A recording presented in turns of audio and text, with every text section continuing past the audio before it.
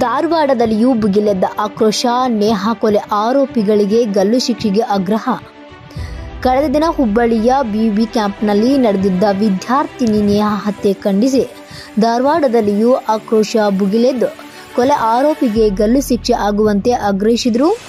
Y Hindu ಪರ ಸಂಘಟನೆಗಳ ನೇತೃತ್ವದಲ್ಲಿ ನೂರಾರು ವಿದ್ಯಾರ್ಥಿಗಳು ಹಾಗೂ ಹಿಂದೂ ಪರ ಸಂಘಟನೆಯ ಪದಾಧಿಕಾರಿಗಳು ಕೋರ್ಟ್ ವೃತ್ತದಲ್ಲಿ ಮಾನವ ಸರಪಳಿ ನಿರ್ಮಿಸುವ ಮೂಲಕ ಹುಬ್ಬಳ್ಳಿ ಧಾರವಾಡ ಮುಖ್ಯ ರಸ್ತೆ ಬಂದ್ ಮಾಡಿ ರಾಜ್ಯ ಸರ್ಕಾರ ಸೇರಿ ಗೃಹ ಸಚಿವರ ವಿರುದ್ಧ ಧಿಕ್ಕಾರ ಕೂಗಿ ಆಕ್ರೋಶ ಹೊರಹಾಕಿದರು. ಇದೇ ವೇಳೆ ಟೈರ್ಗೆ ಬೆಂಕಿ ಹಚ್ಚಿದ ವಿದ್ಯಾರ್ಥಿಗಳು ಜಸ್ಟಿಸ್ ಫಾರ್ ನೇಹಾ ಎಂದು ಘೋಷಣೆ ಕೂಗಿದರು. ಕಾಲೇಜಿನ ಆವರಣದಲ್ಲಿ ವಿದ್ಯಾರ್ಥಿನಿಗೆ ಅನ್ಯಕೋಮಿಯ ಯುವಕ ಬರ್ಬರವಾಗಿ ಚಾಕು ಇರಿದು ಹತ್ಯೆ ಮಾಡಿದ್ದಾನೆ. ಆರೋಪಿಯನ್ನು ಪೊಲೀಸರು ವಶಕ್ಕೆ ಪಡೆದಿದ್ದಾರೆ. ಆದರೆ ಬಂಧಿತನನ್ನು ಕೂಡಲೇ ಎನ್ಕೌಂಟರ್ ಮಾಡಬೇಕು ಎಂದು ಆಗ್ರಹಿಸಿದರು. ಒಂದು ವೇಳೆ ನಿರ್ಲಕ್ಷ್ಯ ಕಂಡು ಬಂದಲ್ಲಿ ಸರ್ಕಾರದ ವಿರುದ್ಧ ರಾಜ್ಯವ್ಯಾಪ್ತಿ ಹೋರಾಟ ಮಾಡುವುದಾಗಿ ಎಚ್ಚರಿಕೆ ನೀಡಿದರು.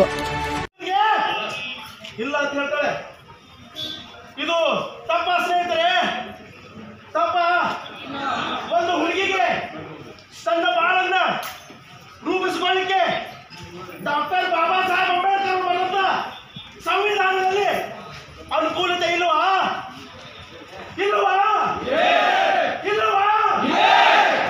ಹಂಗಂದ ಮೇಲೆ ಈ ಸಣ್ಣ ಸರ್ಕಾರ, ಈ ಕಾಂಗ್ರೆಸ್ ಸಣ್ಣ ಸರ್ಕಾರ, ಈ ಸಿದ್ದರಾಮಯ್ಯ ಇವನಿಗೆ ಪ್ರೀತಿಯಿಂದ ನಾವು ಕರೆಯೋದು. ಇವನು ಹೇಳ್ತಾರೆ, ನನಗೆ ಮುಂದಿನ ಜನ್ಮ ಅನ್ನೋದಿತ್ತಂದ್ರೆ ನಾನು ಮುಸಲ್ಮಾನರಾಗ್ಬಿಡ್ತೀನಿ. ಅಯ್ಯೋ ದರಿದ್ರ ಮಗನೇ, ಮುಸಲ್ಮಾನರಲ್ಲಿ ಪುನರ್ಜನ್ಮ ಇಲ್ಲಪ್ಪ. ಹುಟ್ಟು ನನ್ನ ಮಗನೇ, ಮುಸಲ್ಮಾನರಲ್ಲಿ ಪುನರ್ಜನ್ಮ ಇಲ್ಲ. ಇವರ ತುಷ್ಟೀಕರಣದಿಂದ ಸ್ವಾತಂತ್ರ್ಯ ಸಿಕ್ಕಿದ ನಡ್ಕೊಂಡು ಇಲ್ಲಿದ್ದಾನ.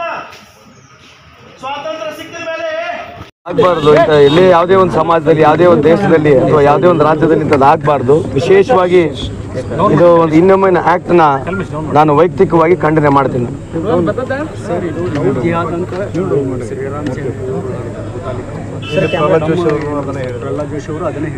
ಈ ತರ ಉದಾಹರಣೆಗಳು ನಾನು ಬಹಳ ಕೊಡ್ಬೋದು. ನಾನು ಅದ್ರ ಬಗ್ಗೆ ಚರ್ಚೆ ಮಾಡಕ್ ಹೋಗೋದಿಲ್ಲ.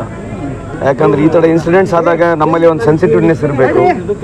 ಇದರಲ್ಲಿ ಅವರು ಬೇರೆ ರೀತಿಯಾದಂಥ, ನಿನ್ನೆ ತಾನೇ ಬೆಂಗಳೂರಿನಲ್ಲಿ ಕೂಡ ಇದೇ ರೀತಿಯಾದ ಒಂದು ಇನ್ಸಿಡೆಂಟ್ ಆಗಿದೆ. ಈಗ ಅದನ್ನ ನಾನು ವಿಶ್ಲೇಷಣೆ ಮಾಡಿ ಬೈಫಿಕೇಶನ್ ಮಾಡಕ್ ಹೋಗೋದಿಲ್ಲ. ಬಟ್ ನನ್ನ ವೈಯಕ್ತಿಕ ಅಭಿಪ್ರಾಯದಲ್ಲಿ ಮುಂದೆ ಬರತಕ್ಕಂಥ ದಿನಗಳಲ್ಲಿ ಕಾನೂನು ಬರಬೇಕು.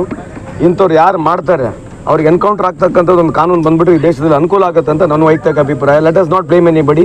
If you have got guts, if you have got a political will, let us all address the issue and see to that let us have get a ಒಂದು ರೂಲ್ ತರಬೇಕಲ್ಲ. ಬ್ಯಾಲೆನ್ಸಿಂಗ್ ಮಾಡೋದ್ರಲ್ಲೇ ಪ್ರಯತ್ನ ಮಾಡ್ತಾ ಇದ್ದಾರೆ. ಯಾಕಂದ್ರೆ ಈಗ ಗಾಂಜಾ ಆಗಿರ್ಬೋದು, ಡ್ರಗ್ಸ್ ಆಗಿರ್ಬೋದು ಪ್ರಕರಣಗಳು ಮರುಕಳಿಸ್ತಿರೋದ್ರಿಂದ ಈ ತರದ ಕಾಲೇಜ್ ಹೌದ್ರಿ. ಡ್ರಗ್ಸು ಈಗ ನೀವು ಕೇಳಿದ ಪ್ರಶ್ನೆಗೆ ಉತ್ತರ ಕೊಡ್ಬೇಕು. ನಾನು ಕೊಡಬಾರ್ದು ಅಂತಿದ್ದೆ. ಡ್ರಗ್ಸ್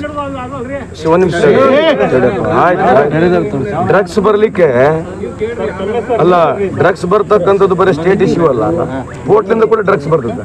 ಸೊ ಅದ್ರ ಬಗ್ಗೆ ಚರ್ಚೆ ಮಾಡಿಸಿ ಈಗ ಆಗಿರ್ತಕ್ಕಂಥ ಇನ್ಸಿಡೆಂಟ್ಗೆ ಡ್ರಗ್ಸಿಗೆ ಕನೆಕ್ಟ್ ಮಾಡಿ ಮಾತನಾಡ್ತಕ್ಕಂಥ ಈ ಸಂದರ್ಭದಲ್ಲಿ ಸರಿ ಅದು ಇವಾಗೆಲ್ಲ ಬಹಳ ದಿವಸ ಅಡ್ರೆಸ್ ಮಾಡ್ತೇವೆ. ಇವೆಲ್ಲ ಇಟ್ಸ್ ಎ ಯೂನಿವರ್ಸಲ್ ಥಿಯರಿ ಇದೆ. IPL ಬೆಟ್ಟಿಂಗ್ ಒಂದು ಥಿಯರಿ ಇದೆ, ಡ್ರಗ್ಸ್ ಇದೆ. ಅದಕ್ಕಿದಕ್ಕೆ ಲಿಂಕ್ ಮಾಡೋದು ಬೇಡ. Let us not diverted. I am very sure. But ಮುಂದೆ ಬರ್ತಕ್ಕಂಥದ್ರಲ್ಲಿ ಒಂದು ಎನ್ಕೌಂಟರ್ ಅಂತ ಕಾನೂನೇ ಬಂದ್ಬಿಡ್ಬೇಕು. ಯಾರೇ ಈ ರೀತಿ ಮಾಡಿದ್ರೆ ಶಾರ್ಟ್ ಡೆಡ್. ಅಲ್ರಿ ಎನ್ಕೌಂಟರ್ ತಂದ್ಬಿಟ್ರೆ ಆಯ್ತಲ್ಲ, ಬುಲ್ಡೋಸರ್ ಹಾಕ್ಬೇಕು. ಬುಲ್ಡೋಸರ್